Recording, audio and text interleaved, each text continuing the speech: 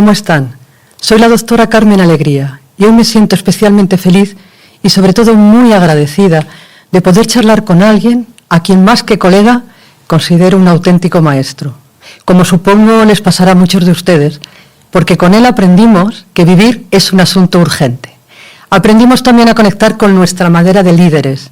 Aprendimos a reinventarnos, a entender un poquito del cociente Agallas, a conocer al guardián de la verdad, a darnos un respiro, incluso a resetear nuestra mente. Y ahora nos invita y nos acompaña por el largo camino del despertar. Y además siempre se las apaña para hacerlo, regalándonos auténticas píldoras de motivación para una vida más plena y más feliz. Y hay algo que me encanta, y es que siempre, siempre, siempre consigue sacar lo mejor de nosotros mismos. Por eso yo lo utilizo de medicamento desde hace muchos años. Bueno, a él no, a sus libros y a sus charlas. Y además con una respuesta estupenda en la salud de mis pacientes. Por eso les decía que estoy especialmente feliz. Por eso, y porque les confieso que confío que ahora, por la cercanía, me pueda contagiar, aunque sea por ósmosis, un poquito de su sabiduría y sobre todo de su gran humanidad. Doctor Mario Alonso Puig, bienvenido. Pues muchas gracias, Carmen. La verdad es que, bueno, gracias por tu generosidad con tus palabras, enhorabuena por tu trayectoria, tantos años en medicina urgencia, atendiendo a enfermos en situaciones críticas de estas que nadie querría encontrarse en su vida. Enhorabuena por tu trayectoria como médico profundamente humanista y por tu precioso libro El amor, la mejor de las medicinas, ¿no? Y me hace también mucha ilusión estar contigo porque hay muchos seres humanos, al igual que nosotros, que quieren encontrar qué es lo que les está frenando a la hora de hacer realidad sus sueños. ¿Qué está pasando en su mente que muchas veces se convierte en una verdadera tortura y les hace vivir en una especie de infierno? Porque a veces sentimos que teniendo tantas cosas somos tan poco. ¿Por qué nos cuesta encontrar eso que de alguna manera nos ayuda a desplegar alas para volar, ¿no? Entonces, yo tengo mucha ilusión de que estas conversaciones que vamos a tener tú y yo, dos profesionales de la medicina que somos muy vocacionales, tú sigues en el campo de la clínica, yo lo dejé hace más de 20 años, y que entendemos que la medicina no solamente ha de atender a la parte física del ser humano, sino también a su parte mental y espiritual, y que hemos visto por nuestra propia experiencia cómo realmente una conversación tiene un impacto sanador. Pues me hace mucha ilusión en un mundo complejo, incierto y también lleno de oportunidades que compartamos y que hablemos de estos temas con la ilusión de que realmente sean de valor, ayuden a las personas que nos escuchen. ¿Te parece si empezamos un poco dando unas pinceladas sobre el camino del despertar? Sí, El Camino del Despertar es mi último libro, es el libro que he escrito obviamente en mi época de mayor madurez, no solamente por la juventud que ya acumulo, que es bastante, sino por las experiencias que he tenido a lo largo de los años, y de alguna manera he querido reflejar ese camino de vuelta a casa. El camino del despertar es un camino de vuelta a casa, y esto se puede explicar muy fácilmente con una metáfora. Cuando uno por la noche se acuesta y se duerme, tiene la sensación de que está viviendo una realidad. Sin embargo, es una ilusión, es una realidad ficticia, y puede encontrarse en el lugar más distante y además sufriendo cosas terribles. De repente suena el despertador, abre los ojos y se encuentra que está en casa, en su casa. Entonces el camino del despertar muestra cómo volver a casa. ¿Por qué vale la pena volver a casa? Porque la mayor parte de las veces ese sueño en el que estamos metidos cuando dormimos no es un sueño feliz. Suele ser un sueño que tiene o tintes dramáticos o tintes trágicos. Y cuando nosotros despertamos y vemos pues que tenemos muchas razones para celebrar la vida, para estar contentos, para vivir con ilusión, entonces en ese momento uno se queda sorprendido de haber quedado atrapado durante una serie de horas en un mundo tan oscuro, ¿no? Entonces, el camino del despertar es una invitación sencillamente a abrir los ojos. No los ojos físicos, porque la realidad de la que hablo en el camino del despertar es una realidad metafísica, sino los ojos del espíritu. Es decir, esos ojos que son capaces de ver realidades más profundas, que ven la unidad más allá de la separación, que ven la luz más allá de la división de los colores. Y de alguna manera reflejo, por eso hemos utilizado también bastantes dibujos, reflejo una realidad difícil de explicar y sin embargo muy sencilla de experimentar. Entonces es eso, es un mapa que muestra cómo podemos volver a casa. Claro, me encanta la metáfora de volver a casa, que es recuperar la esencia y mirar dentro. Pero, ¿por qué crees que nos cuesta tanto cerrar los ojos del cuerpo y abrir los ojos del alma y mirar dentro? Primero porque nos hemos alejado muchísimo de la dimensión espiritual. Hay personas que están muy quemadas con la dimensión religiosa por distintas razones y confunden lo religioso con lo espiritual, y es diferente. Lo religioso, de alguna manera, representa una serie de prácticas compartidas, una serie de ideas compartidas, y aquí tenemos las distintas religiones que hay en el mundo. El mundo espiritual es la conexión que tiene a nivel personal alguien con el misterio, con la trascendencia, con la esencia. No son para nada incompatibles siempre que la religión esté basada en el amor. Una religión que no esté basada en el amor no puede ayudar al ser humano a conectar con lo esencial. Entonces, primero es nuestra separación de la dimensión espiritual, porque una cosa es que tengamos materia, tenemos un cuerpo, yo tengo unas manos, afortunadamente tengo unos pies, tengo unas piernas, y otra cosa es que creamos que lo único que somos es materia.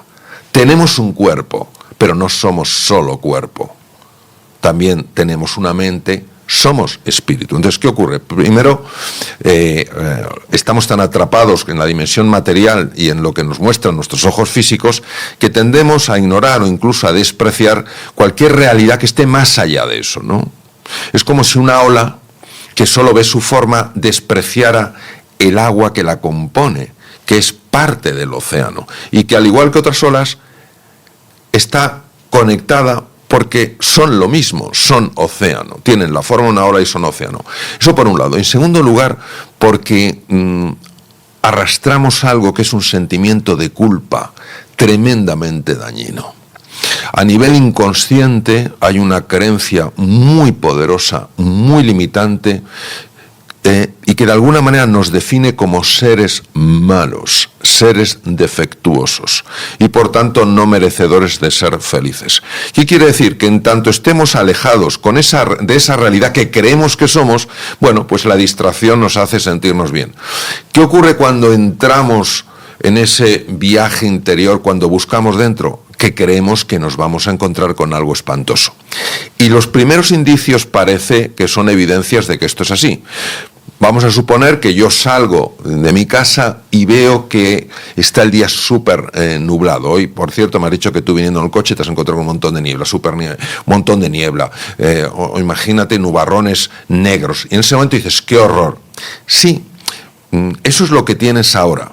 Pero lo que eres no es eso, eso es lo que tienes. Lo que eres es ese cielo azul, donde siempre hay un sol. Entonces, ¿qué quiere decir? Que el viaje interior obviamente pasa por una noche oscura, pero el destino nunca es la oscuridad, el destino siempre es la luz. Por eso, científicos, filósofos, místicos, escritores han pasado por su noche oscura. ¿Por qué nos han llegado con tal ímpetu, con tal fuerza? Porque al final lo que ha representado su obra es la conexión directa con la luz. Entonces nosotros tenemos oscuridad, somos luz. ¿Qué ocurre? Que en el viaje interior o una persona se abre a la posibilidad de que su esencia sea una esencia inocente y hermosa, o no se va a atrever porque va a creer que no hay nada más allá de esos nubarrones. Es como hace 500 años cuando pensábamos que más allá del horizonte había un precipicio lleno de monstruos. Entonces nadie se atrevía. Hasta que Colón y un grupo de valientes marineros demostraron que no solamente no había un foso lleno de monstruos, sino que había no ya un camino a las Indias para traer las valiosas especias que se cultivan allí, sino todo un continente, o sea, un continente como América. Entonces, claro, esto es lo que nos estamos perdiendo por creer que en nuestra esencia no anida la hermosura, la grandeza y la bondad, sino la oscuridad. Y para trascender esa oscuridad de la que hablas, para abrazar la incertidumbre, para entender la diferencia entre religión y espiritualidad que hablabas hace un momentito también, ¿es necesariamente obligatorio hacer el camino desde la espiritualidad o nos sirven también otras técnicas alternativas? Vamos a ver, nosotros tenemos que distinguir en la condición humana, en la naturaleza humana, tres dimensiones. Una, la dimensión física. Nosotros los médicos, cuando nos encontramos con una persona enferma, tenemos que ver qué le duele, qué síntomas tiene, qué signos tiene e intentar descubrir qué órgano está fallando y de qué manera está fallando. Y esta dimensión es importantísima. Tenemos obviamente una dimensión mental que afecta a la dimensión física. Sabemos perfectamente que los pensamientos tienen un impacto directo en la fisiología e incluso en la anatomía. Y tenemos una dimensión que es una dimensión espiritual. Entonces, en ese camino del despertar hay que recorrer las tres dimensiones. Por ejemplo, una persona que descuide por completo su parte física, que es lo que hizo curiosamente Sakyamuni Buda, el primer Buda, Gautama Siddhartha, siguiendo lo que hacían los brahmanes, que era considerar que el cuerpo era como la cárcel del alma y lo dañaban y estuvo a punto de morir. Por eso, si nosotros no cuidamos el cuerpo, es muy difícil que podamos llegar más lejos. Porque, fíjate qué curioso, Carmen, el cuerpo, que es tan material y tan físico, es la entrada al espíritu. Ni más ni menos que la gran científico norteamericana Candice Pert, la descubridora de los receptores opiáceos en las células, ella dijo que el cuerpo era el inconsciente. Yo la escuché a ella en Los Ángeles y dije, qué bárbaro lo que acaba esta mujer de decir. El cuerpo es el inconsciente. Y de hecho hoy sabemos que el cuerpo lleva la cuenta.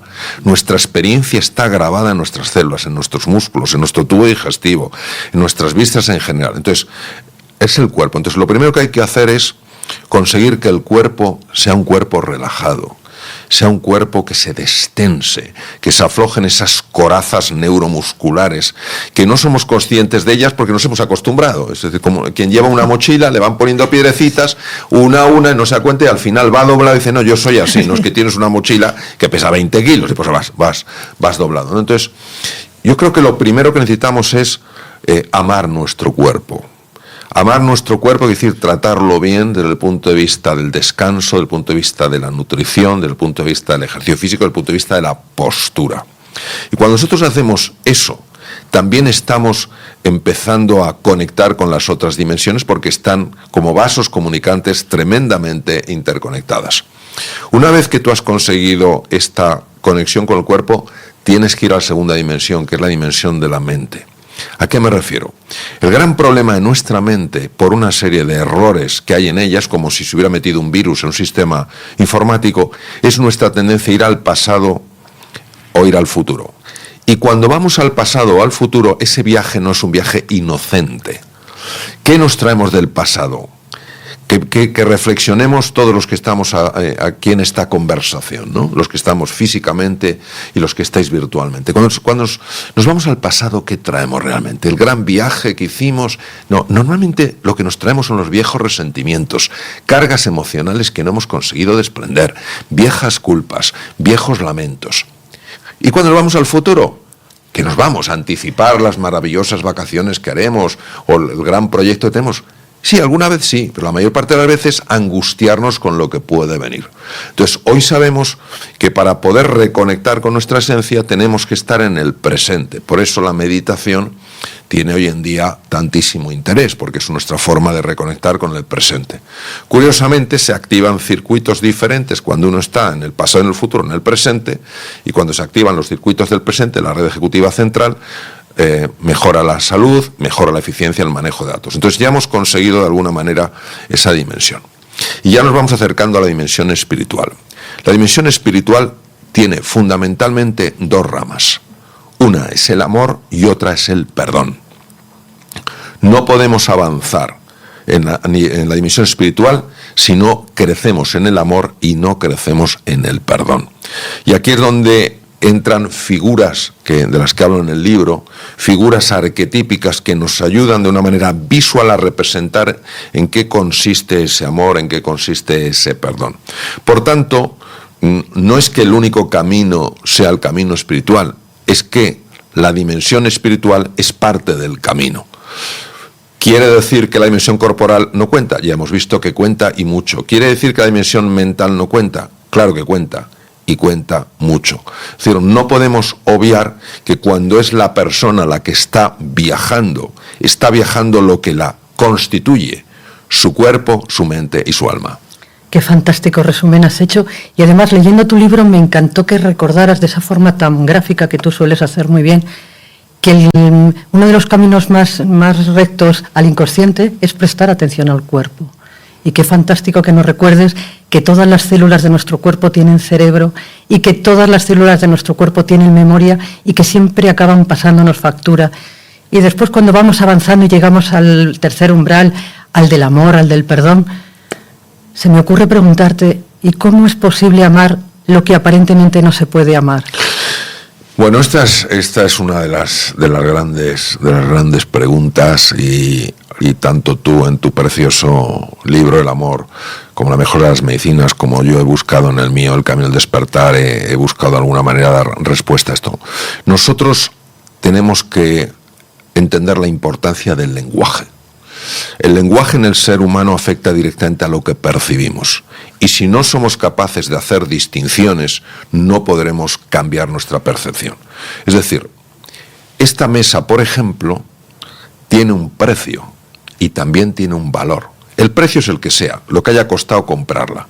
El valor es que nos permite tener ese despertador delante, que nos permite tener el libro delante, que nos permite tener un resumen de las preguntas delante. Entonces, nosotros tenemos que hacer en el amor una distinción de lo que es un sentimiento a lo que es una elección. Si algo me está haciendo daño, si alguien me está haciendo daño, si un recuerdo me está generando ira, enfado, miedo, frustración, lo que sea, exigirme, pedirme que yo sienta algo distinto es irreal. Es irreal. Porque encima va a hacer que me sienta mal al ver que no puedo cambiar mi sentimiento. Entonces aumento la frustración, aumento la sensación de impotencia y desesperanza. Pero si yo entiendo que el amor tiene otra descripción, otra definición, que es el amor como elección. Es decir, yo pongo la disposición. No soy capaz de sentir eso, pero sí me gustaría relacionarme de una manera diferente. Entonces empieza a cambiar por completo la forma en la que yo me relaciono con eso. Esa tensión que antes me producía, esa frustración, esa ira, empiezan a bajar de nivel. Es impresionante. Esta forma de amor, que los griegos ya la describieron como agape, es como llevar luz en medio de la oscuridad. Entonces, ¿qué es lo que yo sugeriría? Lo que yo sugeriría es lo siguiente. Vamos a ver. Todos sabemos que el problema no es que no queramos perdonar, que el problema no es que no queramos amar. El problema es que no sabemos cómo eliminar ese bagaje afectivo que tenemos grabado en nuestras vísceras, en nuestros músculos. Querríamos, pero vemos que no podemos. Entonces esto nos genera muchísima frustración. Cuando nosotros entendemos que el amor es como un rayito de luz que se abre paso entre la más pequeña de las grietas, lo único que hay que hacer es abrir una pequeña grieta. Y esa grieta es tener la disposición a. Me gustaría, pero no puedo. Tengo la disposición a. Basta esa pequeña invitación, esa pequeña grieta, para que empiece a entrar esa luz. Y claro, recordemos el impacto que puede tener una pequeña luz cuando hay mucha oscuridad, ¿no? Entonces, yo te diría que ese es el camino. Porque el camino del despertar es el camino de aprender a amar. Y obviamente, cuando hablamos de amar, no hablamos de amar lo fácil. Amar aquello que nos parece imposible de amar. Y amar es transformar. Esto es una cosa que, claro, con nuestro sistema operativo mental resulta como ridículo.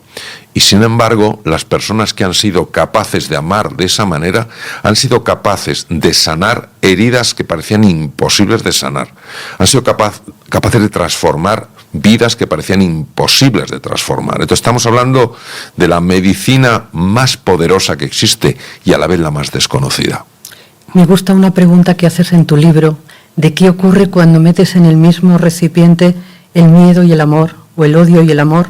Es una pregunta que cuando uno la lee se choca porque dices, ¿y qué va a salir de aquí? Claro. Y que es fantástico después cuando ves el resultado. Claro, es que esto es una de las cosas más contraintuitivas que yo he visto a lo largo de mi vida. Y la razón es porque intentamos resolverlo con un nivel de conciencia que no es un nivel de conciencia óptimo. Claro, dices, vamos a ver, si tú metes miedo y metes amor... Parece incompatible. Claro, dices, son incompatibles. Esto está basado en algo que se llama la mente dualista, es decir, lo uno o lo otro. El agua y el aceite son incompatibles. Entonces, vamos a suponer que fueran compatibles, bueno, pues ganará un poco más uno de ellos. A lo mejor tendrás un poquito menos odio y un poquito más de amor. Depende del día. Depende del día. Y ese es nuestro error, porque cuando nosotros nos damos cuenta, y esto habla maravillosamente el taoísmo de Lao Tzu, el yin y el yang, cuando nos damos cuenta de que más allá de la dualidad existe una unidad completamente distinta a lo que había, entonces nos abrimos a una realidad completamente diferente. Suelo poner un ejemplo muy básico, yo lo aprendí de Gerald Edelman, tuve la ocasión de estar con él hace años, Premio Nobel de Medicina. Él hablaba del oxígeno y el hidrógeno. El oxígeno y el hidrógeno podríamos pensar que están enfrentados. Sin embargo, cuando se conectan con condiciones de presión y temperatura adecuados, surge algo nuevo que es el agua. Ninguna propiedad, ni física ni química del agua, pueden ser deducidos de los gases de partida. Lo que surge de la combinación entre el amor y el odio, es decir, de trascender, entre el amor y el miedo, de trascender, de ir más allá de ello, es creatividad, es alegría, es entusiasmo, es confianza, es paz interior. ¿De dónde ha salido eso? Bueno, ¿de dónde salió el agua?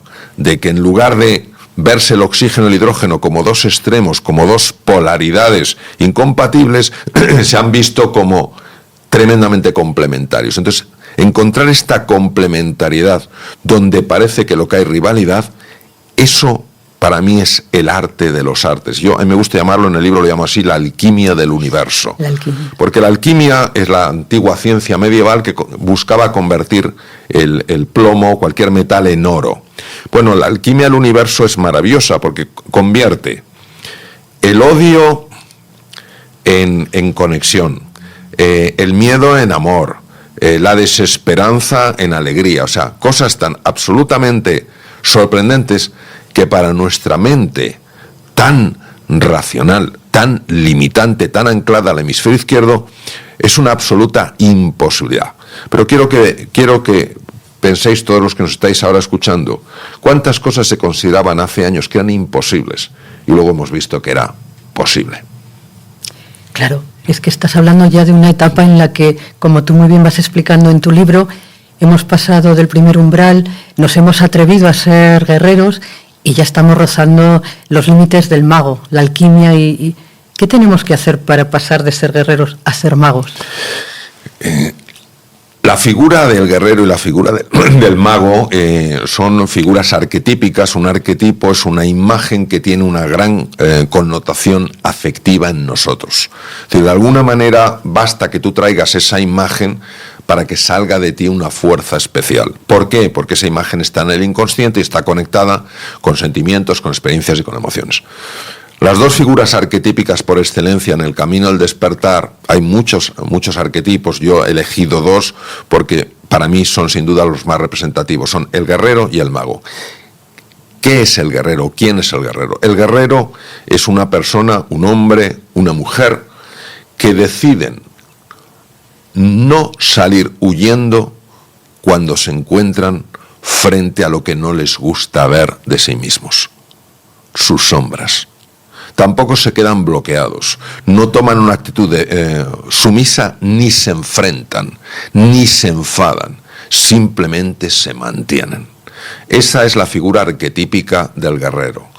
No es un guerrero agresivo, es un guerrero pacífico, pero es un guerrero, es la fuerza del carácter, es la presencia, es no me muevo, no me muevo. ni me vuelvo una persona sumisa, ni salgo corriendo, no me muevo. Cuando uno es capaz de mantener esa fuerza, esa presencia, ese carácter, sucede algo sorprendente, sucede algo impresionante, que es que empieza a cambiar todo ese entorno en el que la persona está.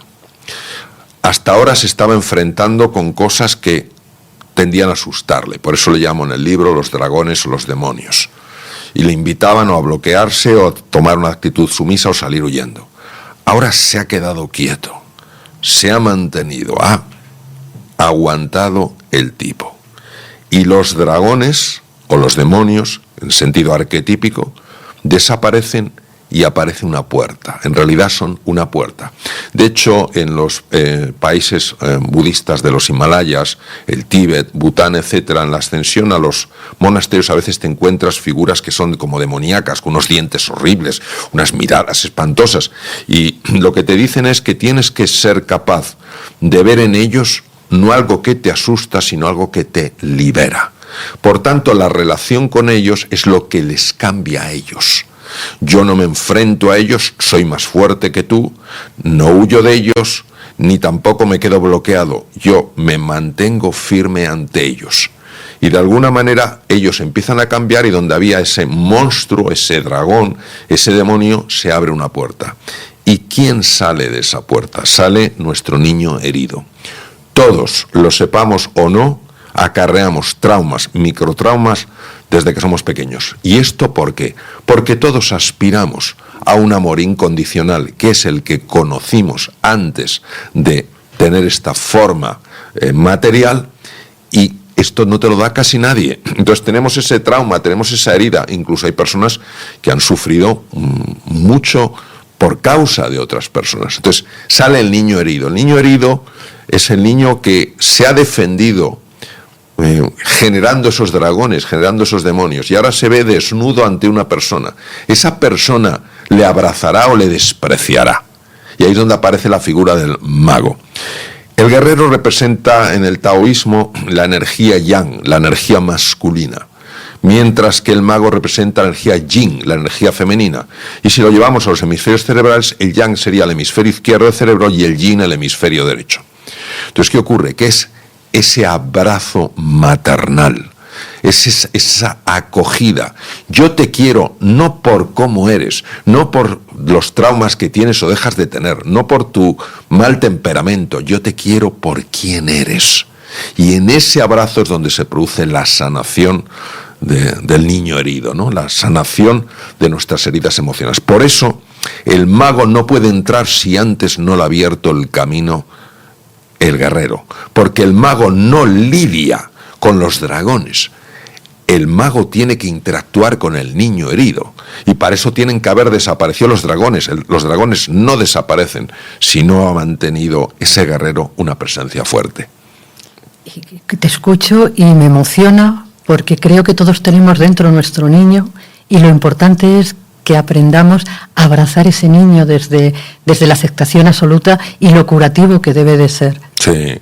Tú hace, yo creo que cerca de 30 años, Carmen, ya con tus enfermos ya les hablabas de la importancia de dar abrazos, y posiblemente te hubieran mirado quizás algunas personas, incluso compañeros tuyos, con unos ojos un poco sorprendidos. Hoy en día se sabe perfectamente, llevamos hablando de esto años, que los abrazos producen la liberación de oxitocina. La oxitocina es una hormona que tiene un impacto enorme, no solo en la generación de vínculos emocionales, sino en la protección del corazón. Es de las pocas hormonas que es capaz de cortar el eje del estrés crónico, el eje del distrés, la liberación constante de cortisol. Y fíjate, entonces, quiero decir, a nivel intuitivo, esto es extraordinario, pero es que a nivel científico ya es que es incuestionable. ¿Qué quiere decir? Que tenemos que ser capaces de abrazar aquello que a veces más nos cuesta abrazar. Jung, que fue un adelantado en su época, una persona con una visión de tal profundidad, dijo: lo que se resiste persiste, lo que se abraza se transforma. Y en ese transformar a veces se desvanece, es decir, tú abrazas al niño herido y ese niño se transforma. ¿Por qué? Porque se desvanecen sus heridas. Porque en el fondo esas heridas, ¿qué representan? Una carencia de amor. Y entonces si tú le das ese amor, la herida por sí sola sana.